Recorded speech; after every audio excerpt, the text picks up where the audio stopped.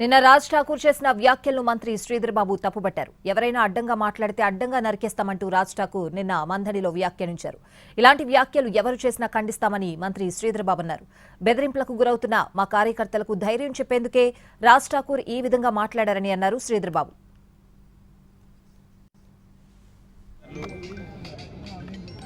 నిన్న రామగుండం శాసనసభ్యులు రాజ్ ఠాకూర్ గారు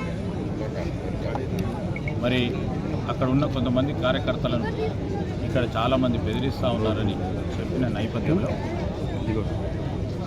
దానికి సంబంధించి 2 మాటలు చెప్పడం జరిగింది. కానీ రాజ్ ఠాకూర్ గారి ఆలోచన విధానం కానీ శాంతికి భంగపట్టే కార్యక్రమం చేయొద్దనే ఉంటుంది.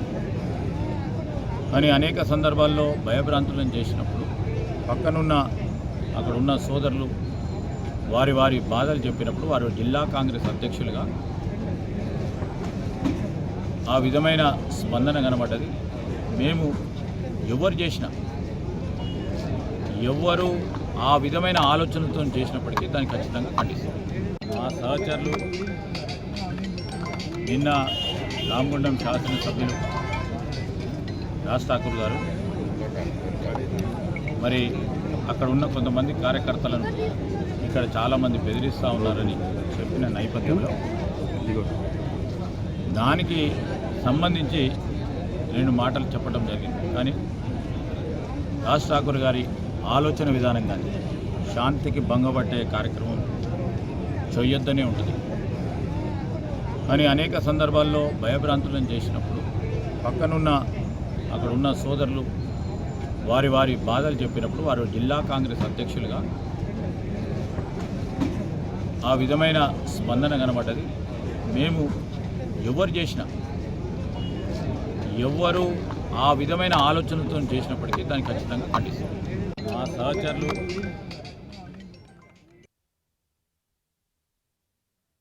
ఒక్క క్షణం వస్తాం, ఎవరైనా అడ్డంగా మాట్లాడితే అడ్డంగా నరుకుతామనే విషయం చెప్తాను. మా సీఎం గారు సూపర్ అన్న. నువ్వు మంత్రి, ఆయన ఒక మంత్రి. ఇక్కడ విజయనగర మంత్రి, నేను ఒక మంత్రిని. మా ముఖ్యమంత్రి శ్రీధర్ బాబు, మా క్యాబినెట్ ఇలా నచ్చండి పెద్ద క్యాబినెట్లో కాబట్టి కట్ చేస్తున్నాం. ఇలా కట్ చేసేసినాం. మేము మాత్రం ఇద్దరం ఆయన క్యాబినెట్ ఉన్నాం. కానీ మనం వచ్చిన ఆశయం ప్రజలకు మంచి చేసే కార్యక్రమం, రైతులను ఆదుకునే కార్యక్రమం, చదువుకున్న వాళ్ళకు ఉద్యోగాలు ఇప్పించే కార్యక్రమం, ప్రభుత్వ సంక్షేమాలు అర్హత ఉన్న వాళ్ళకి ఇప్పించే కార్యక్రమంలో సైనికుల్లా ముందు పోదాం. కొన్ని రోజులు పదవుల నుంచి ఆపుదాం. రాబోయే 5 సంవత్సరాల్లో ఖచ్చితంగా అందరికీ పదవులు వస్తాయి.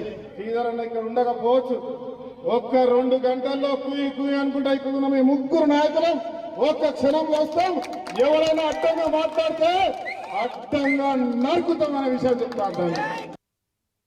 మా సీఎం గారు సూపర్ అన్న. నువ్వు మంత్రి, ఆయన